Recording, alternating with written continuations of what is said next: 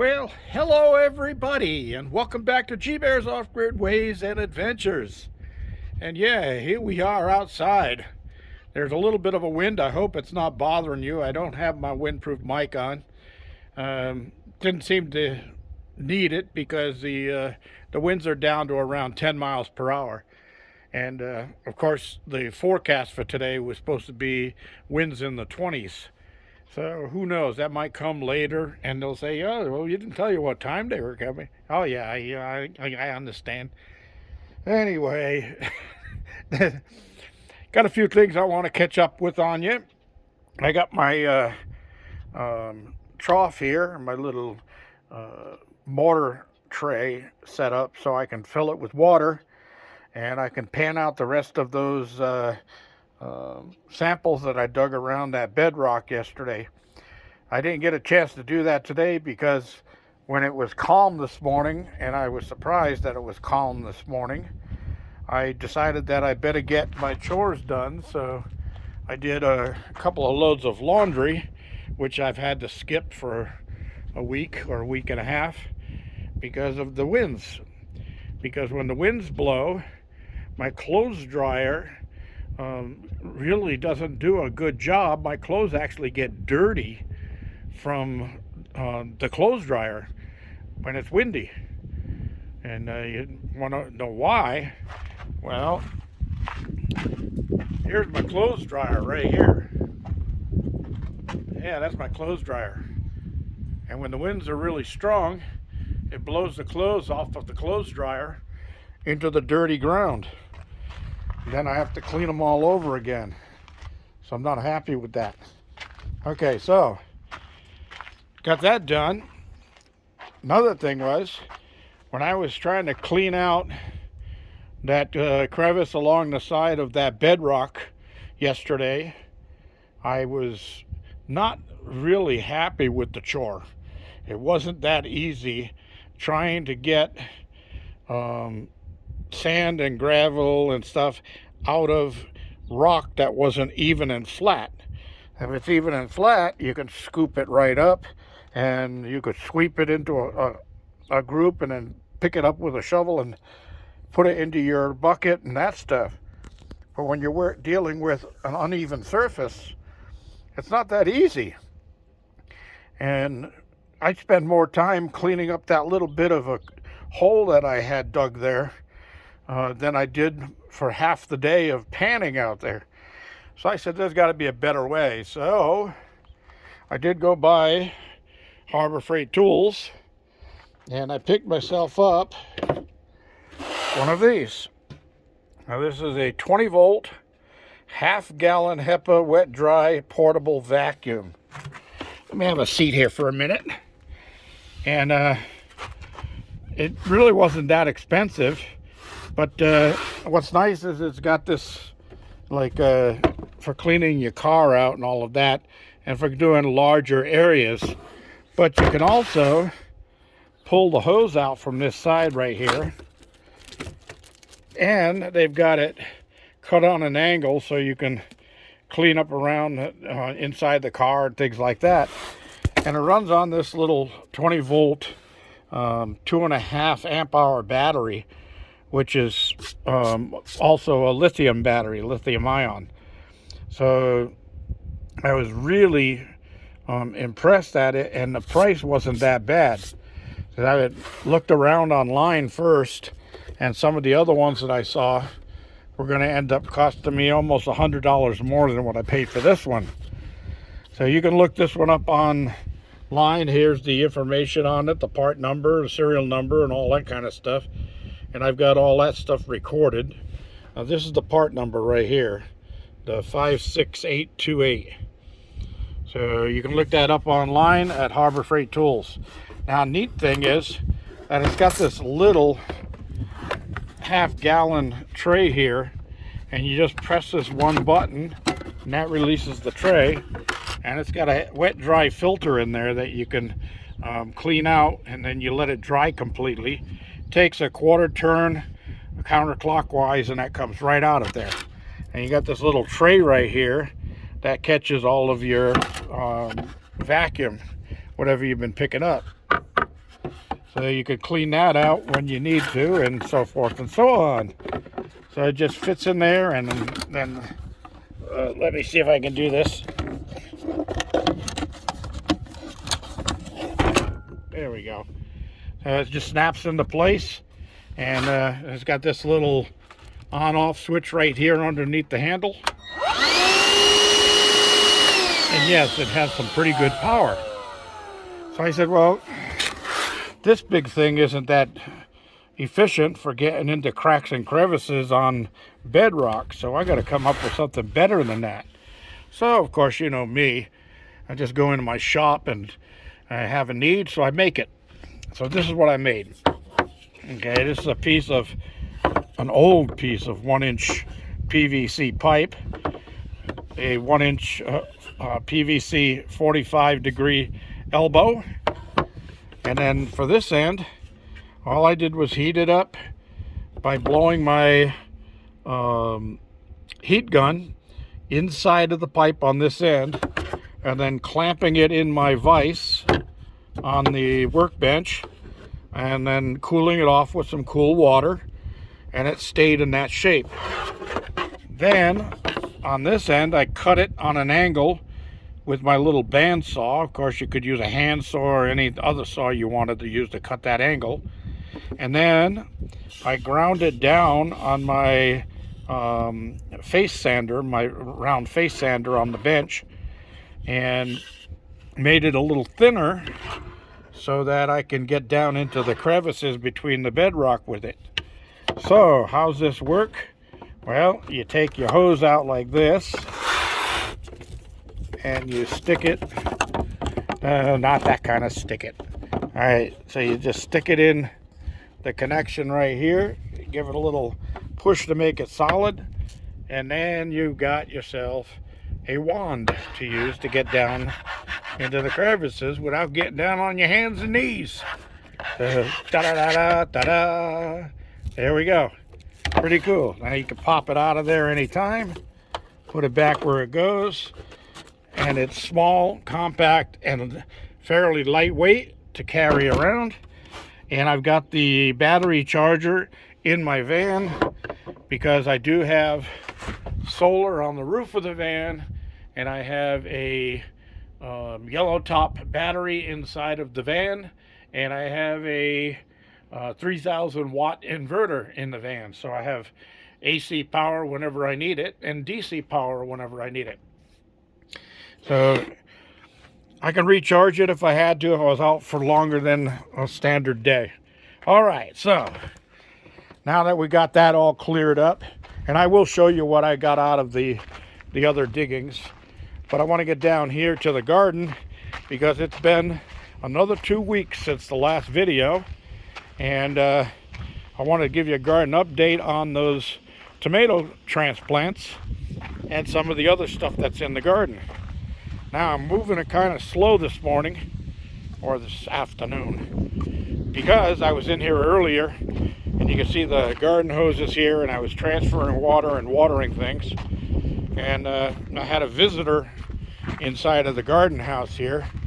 How about that? Get your Bible studies out and read about the snake in the Garden of Eden. I had a snake in here, and he was right over there against the kale bed, but all he was doing was drinking water off of that plastic bag because I had just watered everything in here. And then he moved over behind this bed, so he's living back there. What kind of snake was it? Well, I did some research online because myself and my neighbor had never seen a snake like that around the area. So I started researching it, and I got a place to find out about the snakes of the California high desert, and it was what they call a coach whip. And it's long. Oh, his head was here, and his tail was 3/4 of the way down that planter, and that planter is 8 feet long. So he was a good 5 feet at least. And of course he was slim and had a black head and kind of a yellowish tan color. And when I looked it up, that turned out to be a coach whip, which is a member of the red racer family. They're non-poisonous. They eat, oh, looking at something down there. It looks like might be a snake skin down there. Anyway, they're non-poisonous. They eat rodents, lizards, and other snakes. So he's welcome to hang around here. I'm not worried about him. So anyway, look at the tomato plants. Oh my gosh, have they grown. Remember those little tiny ones that were just barely sticking out of the soil? Look at them. And I have tomatoes set on them. So yeah, they're already setting tomatoes. They're happy. They like that that transplant method I told you about, with eggshell worm castings, coffee grounds, and basil seed. And you can see some basil starting to sprout up right here. So yeah, they're happy. They're living the good life. And as you can see, they're really healthy. So I gave them a good watering a little earlier because we've had so much wind here that it just sucks all the water out of the garden. And I had to bring that up. So I gave them a good soaking today, and I need to transfer water down from my big tank down to here so that I can keep my garden watered for the next few weeks until I order another load. All right, now I wanted to pull one of these bigger beets up and see what's at the bottom. Oh, look at that. Wow, isn't that nice? He's still a little young, but he's going to be sweet. So I'll eat him when I'm done with this video. And I'll toss these greens. I'll throw probably some of the younger leaves will go into my salad for tonight. And others I'll toss them into the chickens. They love them. Peppers have got buds on them already. I got a jalapeno over here and a sweet bell pepper over here. So my cantaloupes over there in the center are starting to sprout up, and you can see the other tomato plants over there. Now remember, those plants were transplanted on the 30th of last month. So the first day until now is what you're looking at from when they were just tiny. Now you remember they were about 5 inches or so when I stuck them in the ground on the 30th. Well, I got my tape measure here. So we're at 24 inches now. So they've done their share of growing, and that's a good thing. Everything looking good here. Looking good. All right. So see the grasshopper flying around there. Those are locusts. Now I got loads of peas on my pea plants here, and I'm going to come out and pick some of those too first thing tomorrow morning, and those are going with tomorrow night's dinner. Because there's some more over here, there's plenty over here. So yeah, and my bean stalks, well, Jack is getting jealous because this thing is climbing to the sky. And my Concord grapevine, look at the grapes on it. Yep, I will be eating Concord grapes this year. Yahoo! Who was that? Oh, that was me. All right. So this grapevine was looking a little sad, and I gave it some fertilizer and got some fresh growth coming out of it, so it's happy. And then we'll move around, and I want to show you, I set that right there. I want to show you my apple right here. Won't be long now, and I'll be eating the first and only apple of this year. But that's okay, there'll be more in the future. And it won't be long before I pull a couple of carrots here and see how they're doing underground, because they're getting big too. And there's my corn. Remember I showed you I planted the seeds directly in the ground and they didn't sprout, so I took them inside, took seeds in the cabin, and I did them in the plastic bag like I normally do, and they sprouted in about 4.5 to 5 days. And then I transplanted those into some small pots with soil and let them grow up until they were about 4 inches tall or so, maybe 5 inches tall. And right now they're probably 18 inches tall. So I'm going to have some backup corn there. I got more peppers over here, and they've got buds on them. These tomatoes all have tomatoes set on them already. And that guy in the center, that's a Boxcar Willie. He's a heirloom. So I'm going to love tasting those. And look at how healthy those green leaves are. I did put some fertilizer on my tangerine tree, and the yellow leaves disappeared and the green is coming back, and I still saw a couple of little tangerines set on there. And my Siberian apricot is getting up there real big. I think he's going to be hitting the top pretty soon, and I'll have to prune him back because I want everything to be dwarf or semi-dwarf in here. There's my pair of pears. I got a single pear behind that leaf, and I got another one up here somewhere. I'm not going to spend too much time in here looking for them. But, oh yeah, I do have heads of cabbage down here. There's one there, and there's one forming down here. And my onions.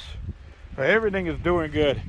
Look at the green that I have in my garden in the middle of the high desert of California with hot, dry temperatures. And I did pass one thing on the way that you really want to see. Remember, I told you about this grapevine. Well, look at the grapes that are coming off of this. Look at all the grapes. I got grapes, grapes, grapes, and more grapes. And this baby is going to be producing a lot of grapes from now on, because this is its third year. So this is where it really should have been producing. But I did get grapes the last 2 years also. And look at the base stalk on there. He's getting strong. So I might even, once he gets a little stronger and the Concord grape gets stronger down there, I may take a clipping off of the Concord grape, and I'll drill graft it into this main trunk and see if I can't get this one to grow both Concord and these green seedless table grapes. And then I'll do the same thing. I'll take, after the third year, when Concord gets stronger, I'll take a scion off of this grapevine and graft it onto the Concord grape, so I can get both grapes out of the same unit. And that'll be a lot more grapes, which means I can make a lot more preserves, and I can make a lot more wine, and I can have a lot more to be able to just sit down and eat. There's my other little pear. No, that's a single. All right, everybody. On my way back up towards the cabin, got a little joke for you. So, I remember as a kid having a little parakeet for a pet. I came home from school one day, saw the parakeet was laying in the bottom of the cage, and he wasn't moving. So I was young, but I had enough sense to call a vet right away. And the vet told me, go out to your tool shed and find some gasoline or something like that, and an eyedropper, and get a couple of drops of gasoline in the eyedropper, and come back and drop a drop of gasoline on the beak of the little bird. And I says, are you sure? And he says, yeah, go ahead and do it. So I came back in and I dropped a little drop of gasoline on the bird's beak, and it immediately sprung up and jumped out of the open door of the cage and flew around the room, just like crazy, flying around the room. And then he suddenly fell to the floor. And my brother was watching, and he says, is he dead again? I said, no, he just ran out of gas. Okay, everybody, that's it. Have a good night. This is G Bear, Thanking you for joining me and signing off.